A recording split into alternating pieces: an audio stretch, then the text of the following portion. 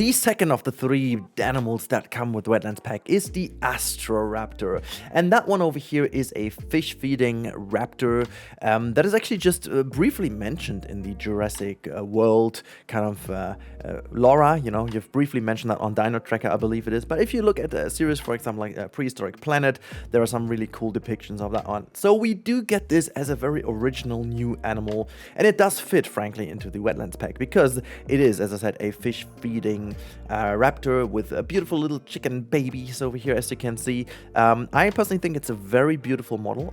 It goes very much in line with yesterday's Irritator. A fantastic model. I love the fact that Frontier is leaning more to kind of paleontic kind of accuracy of these dinosaurs, and you know, as much as we can tell, obviously, with the feathers, and you know, doesn't really look too much like a Pyroraptor. It does borrow enough kind of original look from, well, actually what is known in science.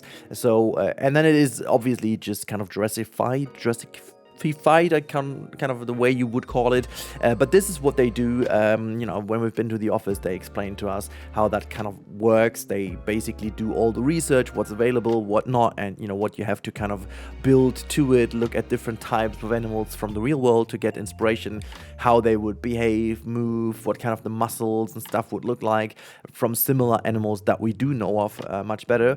And then once they're done, they basically go into a kind of iteration with Universal to make it fit more into the Jurassic kind of, you know, look, I guess is the word you want to go for. But as the Jurassic movies go also a bit more into the more scientifically accurate way of doing things, you know, despite the fact these are all kind of engineered dinosaurs rather than possibility of having the most realistic ones, it kind of makes sense for, you know, the genre and the franchise to not have them 100%. But I do like the fact that these animals go a lot more into that direction. But yeah, what is accurate, even if we just have fractions of what is known about the dinosaurs? I mean, it's been just a mere decade that we know them having feathers, and maybe a bit more than that, but you know, I'm a big fan of the fact. But more than that, and at this point, let's pause the footage real quick to look a bit more at these wonderful swamps over here. You can see the pack being relatively big. We've got 4 adult raptors already in that paddock over here, and there are some babies, potentially 2 of them in the left scene there. Or maybe let's see if we can... Actually, not 2, but at least 1. There's another one, so we've got 2 babies here, so 6 of them being in here. You can see that crashed boat here on the right-hand side, all the dense trees making that swamp look really nice. We've got another look at the Wetlands building set, potentially also some more dead trees over here.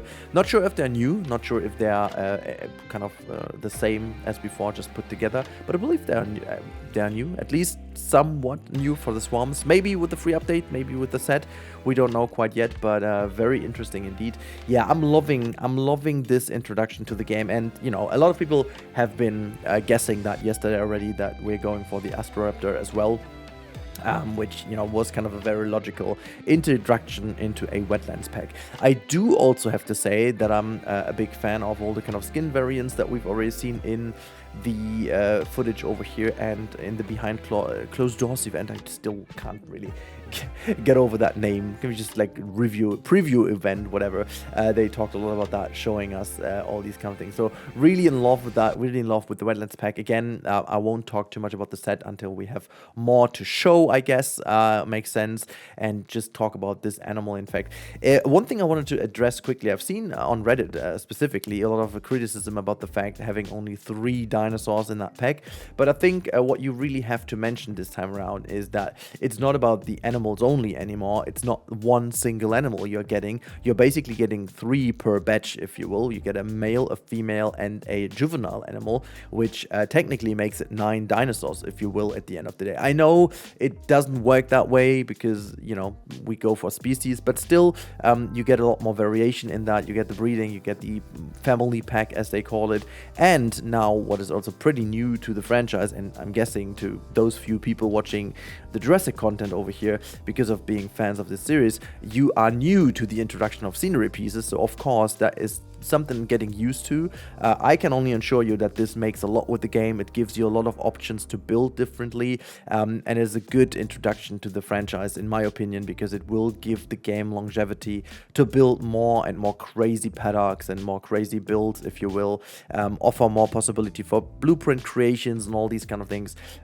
Again, I'm a huge fan of the fact. I love the fact we have it. Can't wait to see some of the kill animations if they have some unique ones. What also Frontier says is all the new dinosaurs come with unique animations, unique individual ones, and unique family kind of animations between the different family members, which is super cool. You've seen maybe some of the animations already during the fish feeding. That is looking pretty cool indeed, where you've seen them, you know, going for the fish, and then you can see how they're basically trying to wrestle around one fish, and so that's really cool indeed, having different types of animations seen over here. That's another one, by the way, where it just kind of lets it fall down and then goes after it to, you know, have that fish, which is pretty cool. It kind of, first of all, gets a bit more integration with the real world around that feeder, breaking a little bit of that very static animation loop inside of this one. So yeah, as you can tell, I'm very much happy with this introduction here. So let's see what else is in store for the next revelation, or reveal, I should say, which is coming tomorrow. So see you there.